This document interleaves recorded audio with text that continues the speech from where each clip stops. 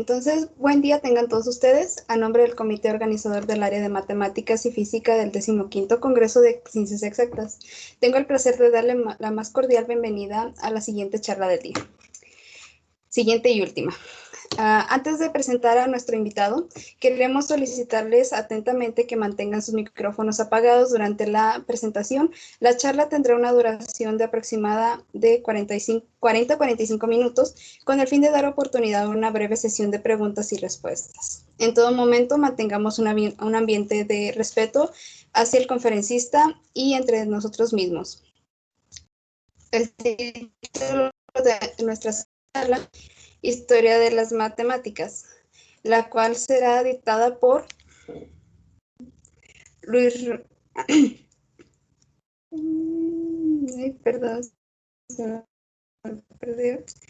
Romeo Martínez Jiménez, quien desde muy temprana edad tuvo mucho gusto por las matemáticas. En los últimos semestres del bachillerato decidió que ingresaría a la licenciatura de Matemáticas Aplicadas, comenzando sus estudios en agosto del 2006. En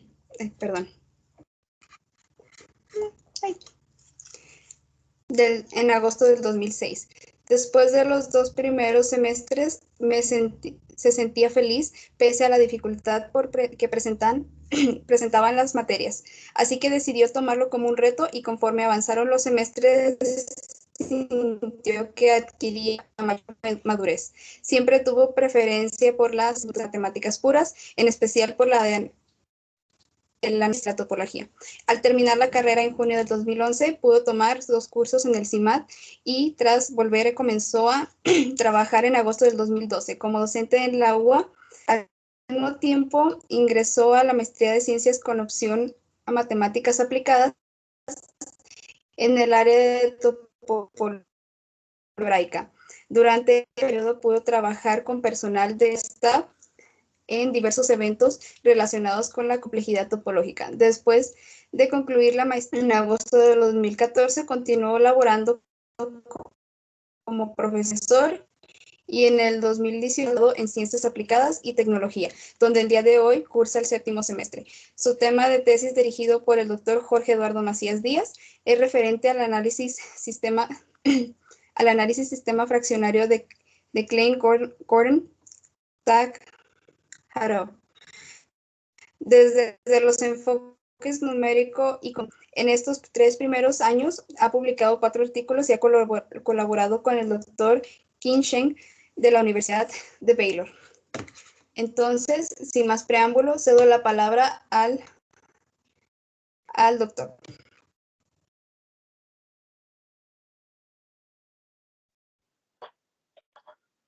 Hola, ¿qué tal, chicos? Muy buenas tardes. Gracias por las palabras. Sí, en efecto, mi nombre es Romeo. Soy egresado de la carrera de Matemáticas Aplicadas, misma que están empezando ustedes. Y actualmente estoy en mi etapa de doctorado. Ya estoy en la parte final. Afortunadamente, las cosas van saliendo muy bien. Mi asesor es el doctor Jorge Eduardo Macías, al cual obviamente ya conocen. Y, por cierto, también déjenme comentarles que también parte de mi comité de tesis es justamente el doctor Salvador, a quien hacemos homenaje en este congreso. Pero bueno, la idea no es platicar de esas cosas. Lo que quiero es darles una charla un poquito diferente, una charla que no va a ser técnica, una charla que considero yo que es importante. No sé si a ustedes les pase, pero a veces cuando, no sé, vemos una película, vemos una serie, terminamos un videojuego, cualquier cosa, pues a veces nos llama la atención saber como curiosidades respecto a ese tema, ¿no? Entonces, básicamente esa es la idea de esta plática. Como todos ustedes saben, porque seguramente si no las han cursado, pues ya vieron en su plan de estudios, pues van a llevar las materias de cálculo diferencial, de cálculo integral, y es muy probable que algunos de ustedes desde el bachillerato ya hayan tomado cursos de eso, ¿no? Entonces, sabemos o saben que existen esas áreas, ¿no? Pero lo que nosotros pretendemos, lo que se pretende con esta plática, es dar un enfoque histórico de cómo fueron dándose las cosas, cómo fueron dándose los conceptos, etcétera, etcétera. Bueno, nada más una pregunta, ¿si se escucha bien? ¿Puedo compartir la pantalla? Creo que sí, ¿verdad? Sí. Okay. Sí. Ok, excelente. Entonces, pues bueno, vamos a comenzar, chicos.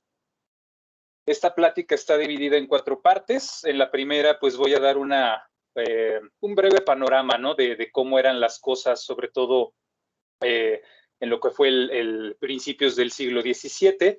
Posteriormente, en el apartado número 2, viene todo lo que involucra a Newton y Leibniz, que son considerados pues como los padres del cálculo, ¿no? Los que desarrollaron la teoría fundamental para el estudio del cálculo.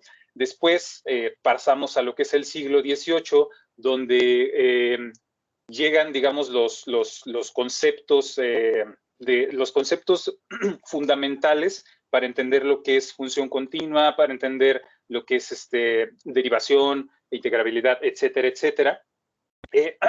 Y posteriormente, en la parte del siglo XIX, pues cómo se van cerrando todas estas cosas, ¿no? Entonces, a diferencia de lo que vemos en un curso normal de cálculo en la escuela, pues aquí las cosas van a estar como que un poquito mezcladas, ¿no? Pero esa es justamente la idea.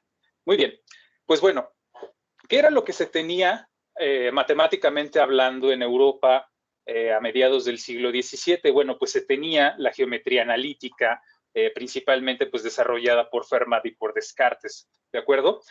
Ya se tenían ciertas nociones algebraicas, o sea, ya como que se tenía la noción de expresar cantidades abstractas, ¿no? Con el fin de resolver problemas matemáticos. Desde luego, bueno, desde luego que esto comenzó desde mucho tiempo atrás, ¿no? Pero específicamente en esa época, pues teníamos esto.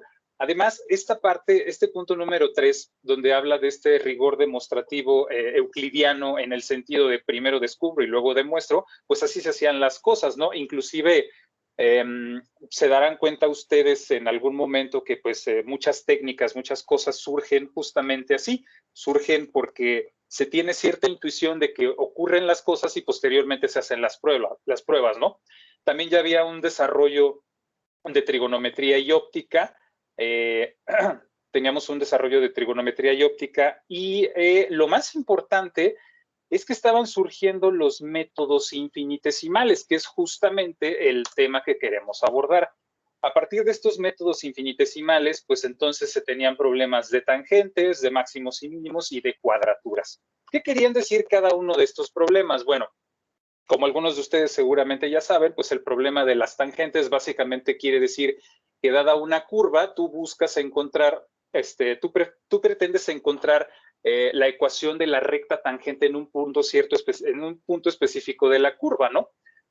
Bueno, pues ya se tenían algunas aportaciones, inclusive antes de Cristo, por parte de Apolonio y Arquímedes, pero lo que quisiéramos resaltar es que para estas épocas de las cuales estamos hablando, Fermat fue el que obtuvo, digamos, una respuesta un poquito más cercana a lo que se esperaba, porque inclusive ya tenía, digamos, una vaga noción de lo que significaba el límite, ¿no? Obviamente sin una definición, sin nada de eso, pero con los cálculos que él hizo ya mostraba que estaba acercándose a tal concepto, ¿no? Aquí, básicamente lo que hizo fue para aproximar una función polinomial, y entonces a partir de las diferencias utilizaba el cociente de h para finalmente hacerlo 0, justamente como lo hacemos cuando estamos calculando una derivada, ¿no? Bueno, en máximos y mínimos es clara la idea, quieres encontrar puntos óptimos que te puedan maximizar o bien minimizar algún problema en específico, ¿no? Por ejemplo, aquí tenemos el alcance de un proyectil depende del ángulo de inclinación del tubo del cañón, entonces, ¿cuál será el ángulo que maximiza este alcance? O bien, en el movimiento planetario, ¿cuál es la distancia máxima y mínima entre un planeta y el Sol, ¿no? Etcétera. Ya también había algunos trabajos, digamos, de estos de optimización por parte de Kepler, en los cuales, pues él, por ejemplo, construyó cubas de vino que tuvieran un volumen máximo, ¿no? También descubrió que el paralelepípedo de base cuadrada y volumen máximo inscrito en una esfera era justamente el cubo, ¿no? esos resultados, pues que bueno, fueron siendo relevantes, ¿no? Para la época.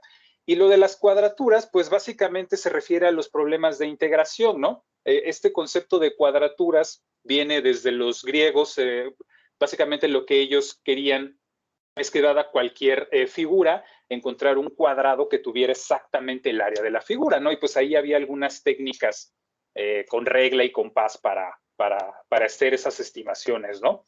Bueno, pues también Kepler encontró el volumen de muchísimos cuerpos y Galileo también demostró que el espacio recorrido por un móvil era igual al área comprendida entre la curva de la velocidad y el eje del tiempo. Esas son, digamos, los avances respecto a esos tópicos que se tenían al momento.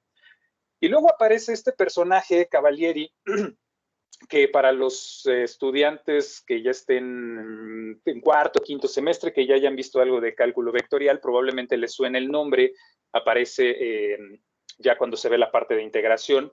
Pues bueno, resulta que él obtuvo, vamos a decir como que de las primeras fórmulas de integración, ¿no? Esta fórmula se empezó a acercar algunos resultados, pero bueno, el que queremos destacar es justamente este, ¿no?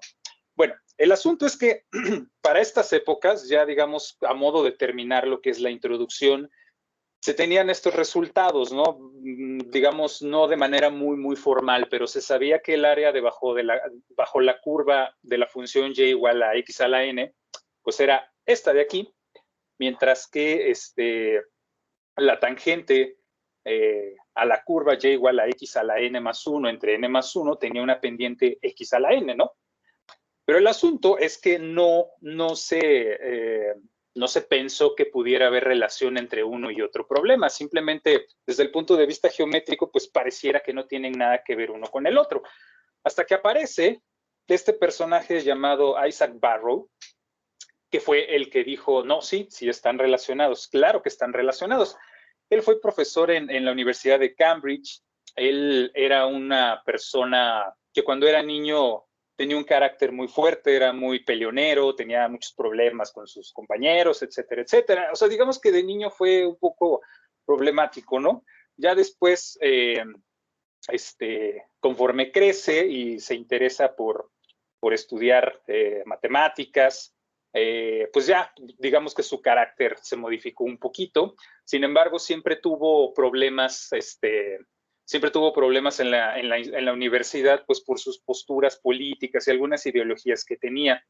Bueno, como les decía, él fue el primero en darse cuenta que el proceso de derivación e integración eran inversos. De hecho, lo hizo de una manera geométrica. Por ahí hay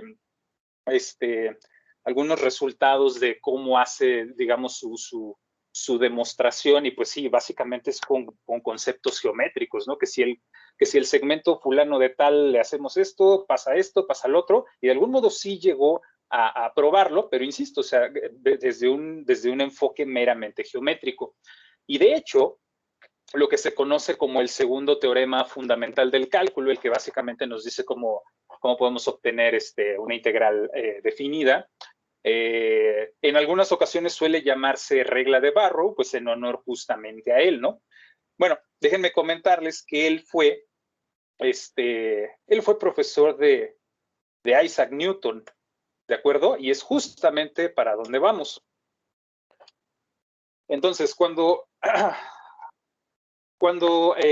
ya teníamos todos esos antecedentes, bueno, aquí, perdón, me metí un poquito rápido, eso es lo que se tenía, y entonces aparecen cada quien por su lado, Newton y Leibniz. Vamos primeramente a revisar qué fue lo que ocurrió con Newton. Bueno, él era una persona que, bueno, para empezar, su padre fallece poco antes de que él naciera, su madre se casa, se vuelve a casar y lo deja con sus abuelos, con los cuales pues no tenía una buena relación, digamos, no los quería, o sea, él estaba por su lado, ¿no? Entonces, pues bueno, no tenía una muy buena relación con sus abuelos, básicamente con nadie. Su mamá quería que se dedicara al campo, pero uno de sus tíos, hermano de su madre, pues se dio cuenta que era un tipo bastante listo, ¿no? Y que pues no, tal vez su futuro más bien era irse por el lado académico. Y así fue.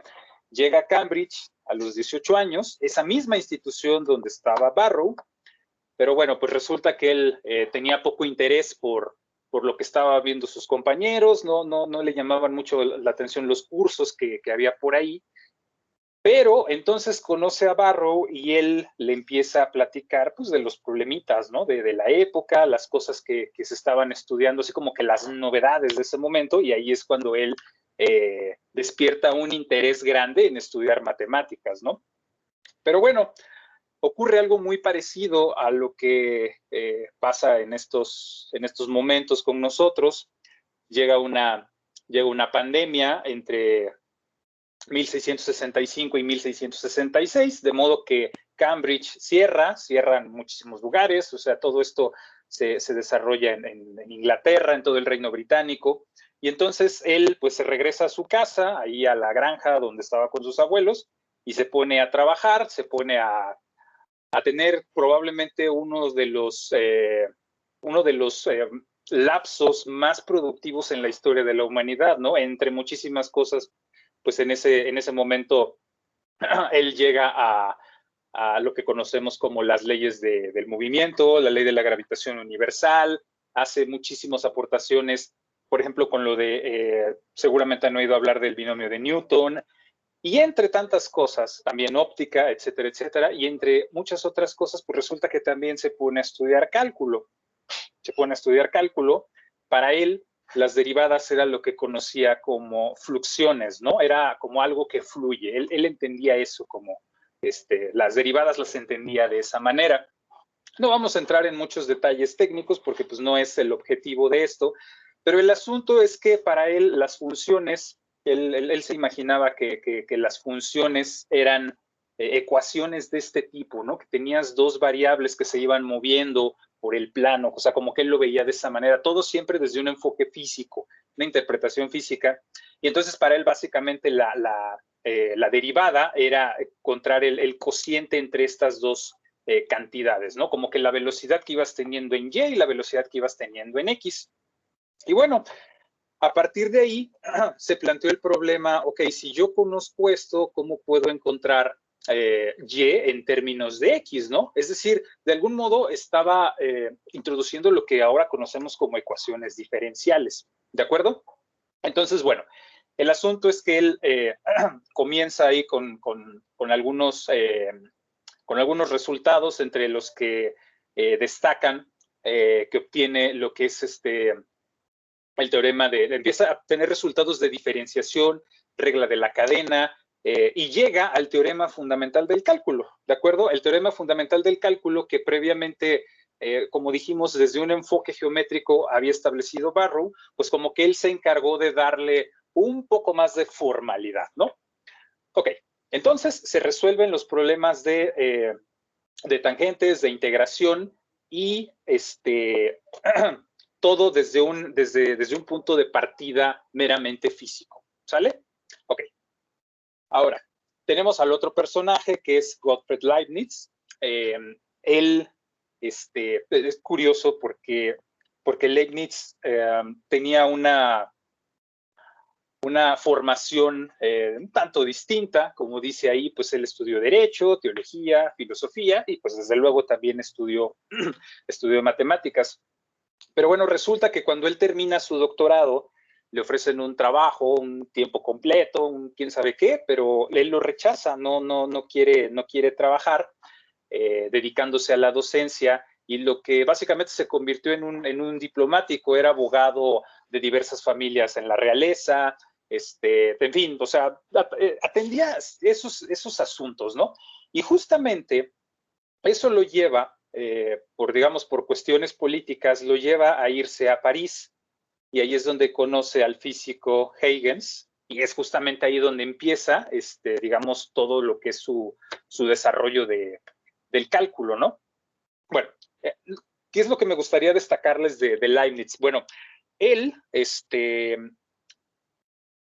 utilizaba una notación muy, muy complicada. O sea, él, no crean, a veces cuando vemos ya los cursos y nos dicen que este es el teorema fulano de tal, pensamos que que así se escribieron originalmente y pues resulta que no, la notación que usaba Leibniz era muy, muy complicada. Ya por cuestiones de tiempo no pude incluirla aquí en la presentación, pero tenía una notación muy fea. Inclusive, llegó el momento en el que él dijo, a caray, pues como que aquí necesito implementar otra simbología, ¿no? Bueno, nada más como comentario, cálculos diferentes. También porque él era, todo lo hacía en latín, todo lo escribía en latín absolutamente. Leibniz todo lo escribió en latín. Entonces, cálculo de diferencias era por cálculos differentials y cálculo de sumas por cálculos sumatorios, ¿de acuerdo? Justamente, de hecho, de ahí es donde sale el famoso símbolo de la integral que pues todos conocemos, ¿no? ¿Por qué? Pues porque era por la letra S mayúscula, que en aquel entonces generalmente en las imprentas utilizaban símbolos un poquito alargados, ¿no? Y entonces, pues bueno, tenía que ver con sumas y pues, se adoptó en un arranque de originalidad. Diría el buen maestro, el doctor Salvador, que pues se les ocurrió poner ese símbolo, ¿no? Ok. Y bueno, también su concepto de derivada ya incluyó la notación esta que conocemos de y en dx, en términos de estas cantidades infinitesimales que, pues bueno, aunque ya las utilizaba, pues tampoco tenía una definición clara de lo que eran esas cosas, ¿no? Ok. Entonces, el asunto es que por su cuenta, también obtiene resultados que resuelven lo que son problemas de tangentes, los problemas de áreas y máximos y mínimos. Algo que quisiera comentarles es que de las primeras fórmulas de derivadas que conocemos, que la regla del producto, la regla del cociente, son debidas justamente a Leibniz, y también algunos casos particulares de la fórmula de integración por partes. Bueno, pues el asunto es que ya tiene ahí todos sus resultaditos, ya tiene listo todo su documento. Funda junto con otras personas una revista llamada Acta Eruditum y publica sus resultados. Eso ocurre en 1684. Bueno, pues entonces, ¿qué ocurrió? Que cuando Newton se entera de que Leibniz tiene estos resultados, pues lo acusa de plagio. Dice que le robó los resultados. En fin, se hace un problemón tremendo. Pero bueno, aquí, ¿cuál era la cosa? O sea, hoy en día, básicamente, todo mundo coincide en que ambos llegaron a sus resultados independientemente el uno del otro. O sea, no hubo plagio, nadie le copió a nadie, o sea, cada quien por su cuenta lo hizo, ¿no? Pero, bueno, en ese momento, pues, Newton, pues, estaba muy molesto y el asunto es que él no había publicado absolutamente nada. O sea, él era muy celoso de su trabajo, él no lo compartía con nadie, por diversas razones, ¿no? Principalmente porque no le gustaba que lo criticaran. De hecho, él tuvo un roce bastante grande con Robert Hooke. Aquí está. Los que ya llevaron física, a lo mejor les suena el nombre de la ley de Hooke, de los resortes, etcétera, etcétera. Bueno, pues resulta que este cuate Hooke, pues escribió algunas cartas ahí con Newton, compartieron una que otra idea, y bueno, el caso es que él le incitó, o sea, porque esa es la verdad, o sea, lo incitó, como que lo cucó para que probara que era exactamente esta cosa de la gravitación universal, ¿no? Y entonces Newton comienza a trabajar en todas esas cosas, llega a sus resultados, pero entonces Hooke le exige un crédito porque su argumento es que él fue el que lo llevó a que trabajara, desarrollara en todas esas cosas, ¿no? Bueno, entonces, el asunto es que Newton pues tenía esos problemas y además, en esa época su madre enferma, había enfermado su mamá y entonces por irse a cuidarla, pues también dejó a un lado un poquito sus estudios, vamos a decirlo, matemáticos, físicos, y se puso a trabajar en cuestiones de alquimia, ¿no? Inclusive se sabe que él en alguno de sus trabajos describe cómo construir la piedra filosofal y muchas cuestiones de estas, ¿no? Que le llamaron mucho la atención en esa época en particular, justo antes de que surge esta situación de la publicación de Leibniz. Bueno, pues entonces él se encarga de ponerse a escribir todos sus resultados, todo lo que tenía, saca ahí, desempolva todos sus papelitos y escribe esto que están viendo ustedes aquí, que pues es considerada como una de las obras más importantes en la historia de la ciencia, ¿no? O sea, sin duda, en esto, entre muchas otras cosas, pues ya viene bien escrito todo lo que es el cálculo. Bueno, bien escrito significa todo lo que él hizo, o sea, ya en limpio, etcétera, etcétera, no necesariamente que ya estuvo con la formalidad que ocurrió después, ¿no? Las leyes de movimiento, como les comentaba, y todo esto de la gravitación universal, y es básicamente aquí pues como cuando se consolida como el padre de la ciencia moderna. Sin embargo, pues el conflicto pues nunca llegó a su fin, ambos mueren y nunca o sea, vamos, en aquella época nunca se dijo si es plagio, no es plagio, nunca se dijo absolutamente nada. Cuenta por ahí la leyenda que hubo un comité, que ahorita también vamos a comentar un poquito de eso, que iba a decidir si era o no era plagio, y pues que Newton era parte de ese comité, y pues él dijo, sí, sí es plagio, ¿no? Pero bueno, ahí quedó la cosa. Vámonos ahora al siglo XVIII. Esto es lo que les acabo de comentar. No se llega a nada en esta discusión. Y los siguientes personajes importantes son los hermanos Jacob y Johann Bernoulli. Probablemente también les suenen esos nombres. Y déjenme comentarles que no nada más eran ellos, eran muchísimos. O sea, eran muchísimos Bernoulli.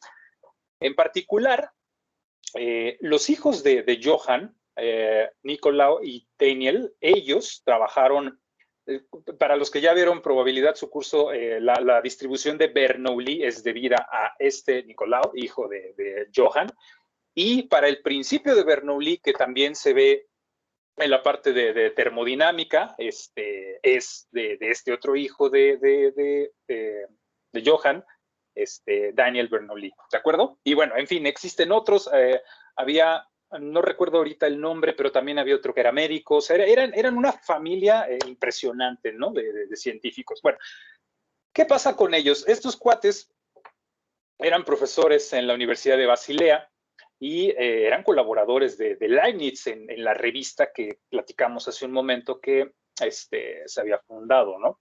Entonces, pues ellos lo que querían era que el cálculo, que era, digamos, como que lo novedoso, ¿no? La herramienta del momento en aquella época, pues se pudiera divulgar por toda la comunidad. Así que lo que hacen es pues, proponer que se escriba un libro, y el primer libro de cálculo, que es que están viendo ustedes aquí, digo, no lo voy a leer, pero es este que está aquí, fue escrito, también probablemente les suene este nombre, por Guillemois François Marqués de L'Hôpital. L'Hôpital, era alumno de Bernoulli, y él fue el que lo escribió, pero cuenta la leyenda que Johann Bernoulli en realidad es el que, o sea, todo el contenido, todo es crédito de Johann Bernoulli. Él, insisto, él era su alumno, pero era un cuate que tenía mucho dinero, y resulta que por aquella época Johann estaba teniendo muchos problemas económicos, y se dice que a cambio de cierta cantidad económica, quién sabe, no se sabe exactamente, pero a cambio de dinero, L'Hôpital recibió todo el crédito del libro. Así es como se maneja. Entonces, esa famosa regla del L'Hôpital que aprendemos en el curso de cálculo diferencial, pues en realidad es de Bernoulli, ¿de acuerdo? Bueno, ok. Entonces, así es como empezamos en el siglo XVIII. Aparece Leonhard Euler, alumno de Johann Bernoulli, justamente, y bueno, pues él podemos decir que es de los que fueron los principales contribuyentes en todo el siglo XVIII. Aquí tienen algunas de sus obras más importantes, específicamente hablando de cálculo, pero bueno, obviamente él trabajó en muchísimos temas. Él trabajó en muchísimos temas. Déjenme comentarles que él se doctoró a los 19 años. Era un tipo brillante, ¿no? Ok, bueno. ¿Qué cosas podemos atribuirle a él? Pues lo más importante es que él empieza a utilizar la notación de f de x. Él es el primero que dice, ok, esta cosa, una función es un f de x. Sin embargo, no tenía una definición concreta de función, ¿de acuerdo? O sea, no había una definición de sea, bla, bla, o sea, no había nada de eso, simplemente empezó a utilizar la notación f de x. Bueno, también desarrolló muchísimas identidades trigonométricas. Vamos a decir que explotó la trigonometría. Ya había muchísimos resultados, pero vamos a decirlo de una manera un poco más analítica. Y pues también las relaciones entre las funciones exponenciales y logarítmicas. Los logaritmos ya habían sido desarrollados algunos años antes también. Pero bueno, él es el que se da cuenta de esta famosa base del logaritmo natural, que es el número irracional e, justamente en honor a él, ¿no? Bueno, entonces, para él, ¿qué era una función? Era una expresión analítica en la que intervenían variables y algunas constantes. Ok. No era la definición concreta, no era la definición, digamos, más sólida del mundo. Por aquí propone otras. Si unas magnitudes cambian al cambiar otras, se dice que las primeras son función de las segundas. Bueno, como les decía, habla ya de una definición formal de logaritmos, introduce el número irracional e. Ambas cosas, obviamente, las hace utilizando los límites, utilizando ya una noción clara de lo que quería, lo que significaba esa operación chistosa de límite, ¿no? Sin embargo, pues no había una definición como tal. También introduce el símbolo de sigma para hablar de las series. En fin, bueno, entonces, así estaba Panorama. Luego aparece Taylor. Déjenme comentarles que Taylor justamente formaba parte del comité para el problema entre Newton y Leibniz, ¿no? Él era parte de ese comité. Nada más es ese dato curioso. En su trabajo más importante, que es que están viendo ustedes aquí, tiene todos estos resultados. Ya, digamos, tiene una prueba de lo que es el método de integración por partes. También introduce lo que es el cálculo en diferencias finitas, teorema de Taylor, de donde surgen, pues, es esa famosa serie que seguramente han escuchado hablar de ella. Y pues también empieza a trabajar algunas ecuaciones diferenciales, como esta ecuación, como la ecuación unidimensional de onda. Sin embargo, déjenme comentarles que su trabajo en realidad no llamó mucho la atención, sino hasta después, cuando este otro personaje, que es Lagrange, como que se dio cuenta del poder que tenían todos sus resultados, ¿no? Bueno, el asunto es que Lagrange era un tipo también bastante brillante. Él empezó a tener comunicación con Euler cuando era muy joven, 19, 20 años, le empieza a mandar cartas. Dándole algunas sugerencias o dándole a entender cómo pensaba él resolver algunos problemas que ya estaban surgiendo para el momento, que tenían que ver con el cálculo de variaciones, que es también una cosa maravillosa, una herramienta muy poderosa que ojalá que en algún momento puedan estudiar. Es algo muy, muy bonito. Y bueno, también a él se le debe el método de variación de parámetros que conocemos de ecuaciones diferenciales, etcétera. Y lo más importante que quisiera, digo, con este tipo de personajes, hablar de más importante a veces puede parecer una falta de respeto, ¿no? Pero bueno, lo que quiero mencionarles es que él fue el primero en decir, ok, las fluxiones, estas cosas chistosas, son funciones. O sea, al final del día, una derivada es una función. Y fue el que utilizó, el que comenzó con la notación del prima, ¿no? F'. ¿Sale? Ok. Viene otro personaje que es Fourier. Es importantísimo Fourier porque él es el primero que empieza a hablar de convergencia, otro concepto también por ahí muy importante. Convergencia, ¿qué significa la convergencia? ¿Qué quiere decir que algo sea convergente, ¿no? Todo eso. Bueno, entre sus profesores pues destacaron Lagrange y Laplace. Déjenme comentarles que él, bueno, además de que trabajó en series trigonométricas y todo esto, con el fin de que él quería resolver la ecuación del calor, eso, digamos, fue lo que lo llevó a tener todos los hallazgos, ¿no? De series, etcétera, etcétera. Por eso les digo que fue el primero en empezar a hablar de lo que era la convergencia. Pero fíjense que él, además de todo esto, pues era un tipo medio peculiar. Él participó en aquella época, pues ya estaba todo lo que fue el periodo de la Revolución Francesa. Era, vamos a decirlo, un activista, ¿no? No sé cómo quieran llamarlo. También estuvo involucrado con Napoleón. En fin, o sea, era un cuate también de ese tipo de, ¿cómo podemos decir? De pasatiempos, ¿no? Inclusive estuvo a punto de morir en la guillotina, por ahí algunos problemas, insisto, derivados de toda esta situación de andar metido en rollos políticos, ¿no? Vamos a decirlo de esta manera. Entonces, pues bueno, ok. Entonces, aquí es donde cerramos esta parte del siglo XVIII, ya para irnos al siguiente siglo, que es, digamos, donde ya se cierra todo. ¿Cuáles eran los problemas? Bueno, pues no se tenía un concepto sólido de función, se empezaba a dudar acerca de, bueno, exactamente qué es una integral, qué onda con la convergencia, o sea, qué se hace, ¿no? Que hay varias preguntas, hay varios cabos sueltos todavía, ¿no?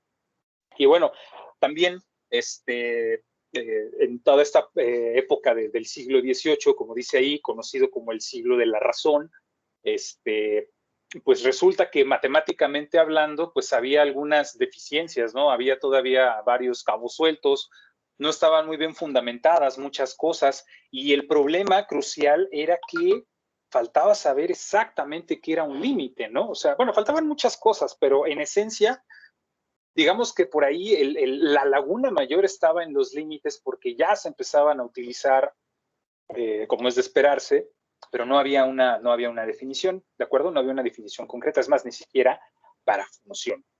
Pero bueno, entonces,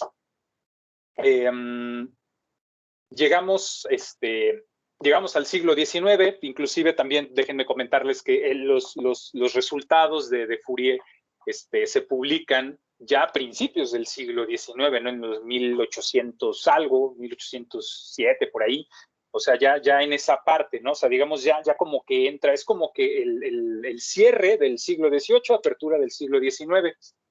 Ok, pues bueno, el asunto es que necesitaban tener ya como que una base sólida para todo lo que ya se había desarrollado, o sea, había que como que darle formalidad al asunto. Y entonces aquí aparecen muchísimos personajes, entre ellos Dirichlet. Dirichlet, su aporte, entre muchas otras cosas, insisto, es el que define por fin qué es una función. Es una función así como la conocemos hoy en día, como nos la definen en nuestros primeros cursos, una regla de correspondencia, etcétera, etcétera. Fue Dirichlet el que hizo el que dio esa definición, ¿de acuerdo? También estudió algunos criterios de convergencia. ¿Por qué? Pues porque se basó mucho en el trabajo de Fourier, porque resulta que fue su profesor, ¿no? Entonces, también varias cosas que había hecho Fourier, creo que sí les había comentado hace un momento, que pues luego era un poquito informal, y él ya fue de la escuela que empezó a tener un poquito de más orden, ¿no? Bueno, entre sus alumnos destacados también quisiera mencionarles que está un tal Rudolf Lipschitz, que él también probablemente ya para los que estén en cursos más avanzados, pues les va a sonar ese nombre, ¿no? Otro personaje importantísimo es Cauchy. Él es el que define límite y continuidad. O sea, él es el primero que dice, a ver, señores, límite es esto, continuidad es esto otro. Y bueno, pues a partir de ahí surgen muchísimas cosas, ¿no? También él intenta hacer como que una primera aproximación de lo que es una integral definida, ¿no? Vamos a decir lo que hoy conocemos como sumas de Riemann, pues como que él fue el primero el que intentó como que buscarle por ahí a ver qué pasaba, pero pues se topó con algunos problemitas y lo dejó.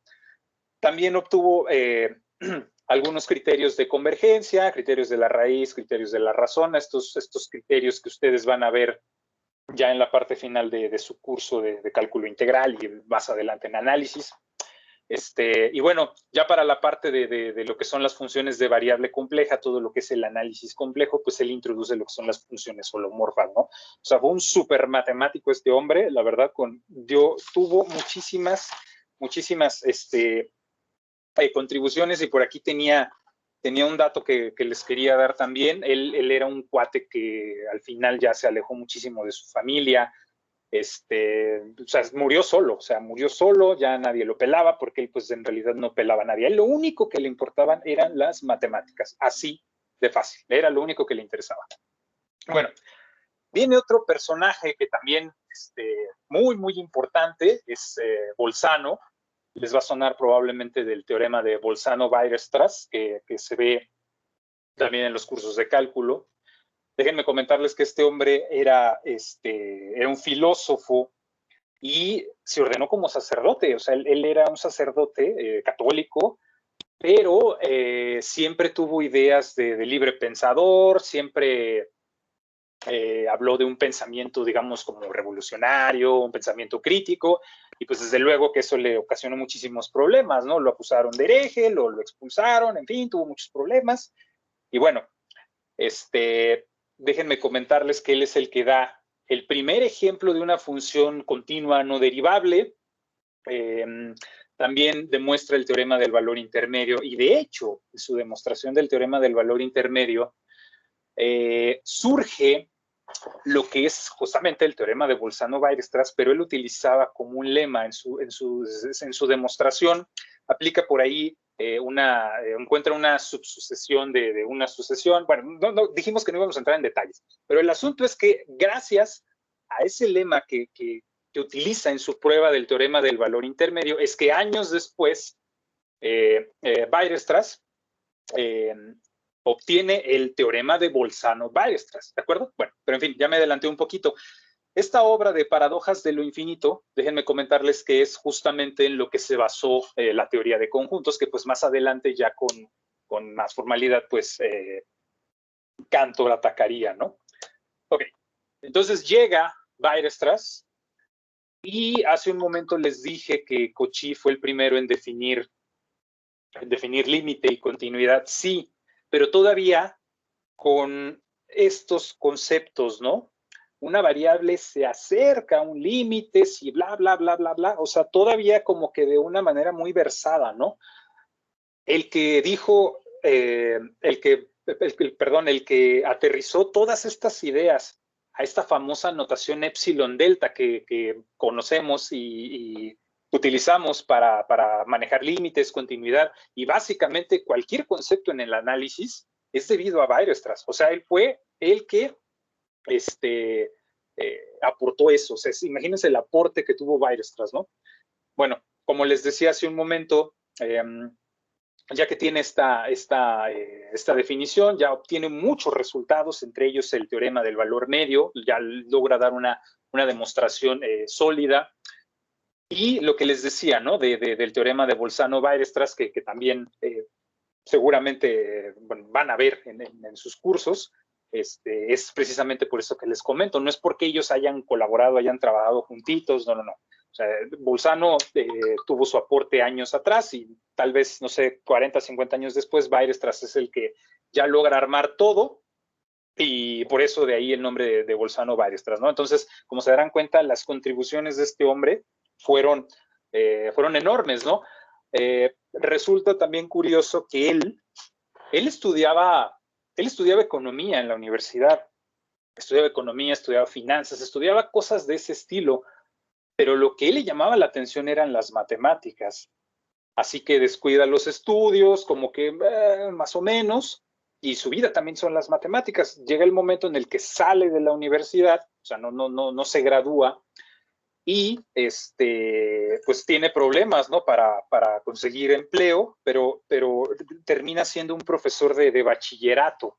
Era profesor de bachillerato, que es cuando obtiene la mayor parte de sus resultados, y ya después con sus publicaciones, pues ya logró desempeñarse como docente universitario, ¿no? Ok. Bueno, y el último personaje importante que vamos a ver aquí, pues es Riemann. Riemann también, pues, probablemente si en algún momento han escuchado hablar de él, quizá sea famoso por su problema de la hipótesis de Riemann, que pues como ustedes saben es un problema abierto.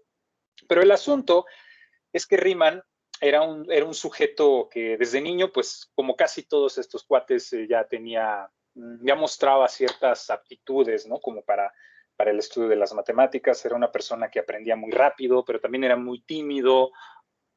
Sus profesores, pues algunos sentían que estaba pues, exageradamente avanzado, pero también como era muy callado y cosas así, algunos pensaban que tenía Asperger, cosas de esas. Y bueno, el asunto es que él fue alumno de Gauss, él fue el que lo doctoró. Su trabajo de tesis tenía que ver también con funciones de variable compleja. Él obtiene su grado de doctor, insisto, estudiando ese tipo de cosas. De ahí surgen muchísimas otras áreas de oportunidad, vamos a verlo de esa manera, pero se toma, vamos a decir, una pausa, una vez que ya obtiene su grado de doctor, etcétera, etcétera, y se pone como que a concluir con todas estas cuestiones, con todos estos problemitas que había todavía para las integrales, ¿no? Él es el que dice, a ver, una integral es esto, o sea, da ya por fin una definición de integral, todo lo que conocemos de sumas de Riemann, de suma superior, sumas inferior, y de ahí pues también los criterios de integración, ¿no? ¿Cuáles son las condiciones para que una función sea integrable? Inclusive también, pues él se da cuenta que para que una función sea integrable, pues te puedes dar el lujo de que no sea continua, ¿no? Sino que pues, puede tener ahí algunas discontinuidades, no hay ningún problema. Bueno, el aporte de Riemann también fue extraordinario, o sea, todos estos personajes tuvieron unas contribuciones asombrosas, ¿no? Por último, quisiera mencionarles que los resultados de Riemann no se pudieron completar sino hasta tiempo después, porque todavía faltaban que hubiera una caracterización sólida de lo que eran los números reales. Imagínense, ¿no? O sea, todavía no había una caracterización, digamos, formal de lo que eran los números reales. Y tiempo después, cuando ya se tuvo eso, gracias a Dedekind, fue Darboux el que logró ya como que concluir con los últimos resultados de integración. Digamos que ahí es como que donde se cierra todo el asunto de integración. Y pues bueno, ya nada más para concluir, me gustaría mencionarles aquí estas otras cosas curiosas. La primera de ellas es que Cauchy pensaba que continuidad y continuidad uniforme eran lo mismo. ¿Por qué pensaba que eran lo mismo? Bueno, ¿por qué? Pues quién sabe, pero ¿cómo se sabe que pensaba eso? Pues por los trabajos que tenía, ¿no? Como que indiscriminadamente manejaba ambos conceptos. Por ahí también Abel, él es el que se da cuenta de que se necesita un concepto más fuerte que el de convergencia puntual, ¿no? Y ese Stokes, que también les suena, seguramente les va a sonar, van a ver sus resultados en los cursos de cálculo vectorial, es el que da la definición de convergencia uniforme. Por último, podemos decir que toda la parte de cálculo pues termina aquí. El cálculo vectorial aparece porque en ese momento los físicos que estaban, digamos, como que en el panorama, pues se estaban dando cuenta, al menos como que de manera empírica, de que ocurrían ciertas cosas, ¿no? O sea, como que ocurrían ciertas cosas, pero no había como tal una base que lo respaldara, ¿no? Entonces, como que a partir de ahí es donde surge esta extensión del cálculo a varias variables. Entonces, ahí es, digamos, que nace el cálculo vectorial. Por eso, como bien se dice, pues el cálculo vectorial básicamente lo descubren los físicos, pero pues los matemáticos son los que tienen que ir y hacer pues todo este tipo de pruebas, ¿no? De darle las bases sólidas. Chicos, pues muchas gracias. Esto es básicamente lo que les quería platicar. Espero que les haya interesado. Obviamente estoy omitiendo muchísimas cosas, es mucha información. Estamos hablando de grandes científicos, grandes pensadores. eminencias, o sea, todas las aportaciones que tienen todos los personajes que les mostré aquí, pues digo, te llevas una, dos, tres pláticas, dos, tres congresos, ¿no? Para hablar de todos ellos, ¿no? Entonces, ojalá que les haya gustado. Si tienen alguna pregunta y sé la respuesta con mucho gusto, te las diré.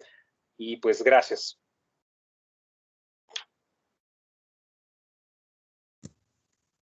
Bueno, entonces agradecemos a Luis Romeo por su intervención y pasamos a continuación con la sesión de preguntas por parte del auditorio. Nos queda muy poquito tiempo, pero si alguien de tiene alguna pregunta o comentario, por favor sírvanse de levantar su mano a través de Teams y se tratará de respetar el orden en el que lleguen las preguntas. No sé si alguien tenga alguna duda o algún... Profe, adelante. Hola Luis Romeo, antes que nada quiero felicitarte por la plática, me gustó muchísimo. Te quería solamente hacer una pregunta y esto es más bien porque mi internet está ahorita muy malo. No sé si hablaste en algún momento de Cantor. ¿De dónde entra Cantor en la ecuación, como dicen los gringos? Hola Jorge, muchas gracias por tus comentarios. La Cantor lo mencioné solamente en la parte de Bolzano, donde menciono que en su obra ¿cómo se llama? Se me fue el nombre, de Paradojas de lo Infinito, es lo que motiva a Cantor para el desarrollo de la teoría de conjuntos. Pero digamos que eso ya es después, es en una parte... es cuando, digamos, cuando entra D.D. King a formalizar lo que son los números reales, Cantor con teoría de conjuntos. De hecho, perdón, también aprovechando quisiera hacerles ese comentario, ¿no? Cuando ustedes empiecen sus cursos, pues empiezan con, definición de conjunto, definición de conjunto de los números reales, bla, bla, bla. O sea, nos vamos de reversa, ¿no? Fíjense cómo fueron las cosas. Aquí empiezas a estudiar, a utilizar ciertos conceptos y en realidad, pues a veces no tienes la noción exacta de lo que es tal concepto y poco a poco, a veces hasta el final, pues obtienes los conceptos, las definiciones que ocupas al principio, ¿no? O sea, la historia no es como nos la cuentan, o sea, la historia no fue como nos la contaron, ese es el punto. Pero bueno, ya me desvié. Solamente mencioné eso, Jorge, que Bolzano, la obra de Bolzano sirvió de inspiración para que Cantor pudiera establecer todo lo que es teoría de conjuntos. Ahí es donde lo mencioné, nada más así brevemente. Ok, muchísimas gracias. Y otra vez, muchísimas felicidades, Romeo. Gracias por participar con nosotros. No, muchas gracias. Un gusto. Espero que haya sido de su agrado. Bueno, muchas gracias. Y si ya nadie tiene ninguna duda o comentario, pues entonces, en conclusión, queremos decir a nombre del comité organizador del área de matemáticas y física del 15º Congreso de Ciencias Exactas, agradecemos profundamente la participación de Luis Romeo en el marco de este evento. La queda abierta para que participe con nosotros en la siguiente edición del Congreso de Ciencias Exactas. Como muestra de nuestro agradecimiento, le hemos hecho llegar a su dirección electrónica una constancia oficial escaneada de su participación como ponente. Quedamos, como siempre, a sus órdenes. Y para el auditorio general, muchas gracias por su asistencia y participación. Nos vemos en el panel de egresados, el cual se llevará a cabo a las 6 p.m. a través de esta plataforma. Muchas gracias a todos.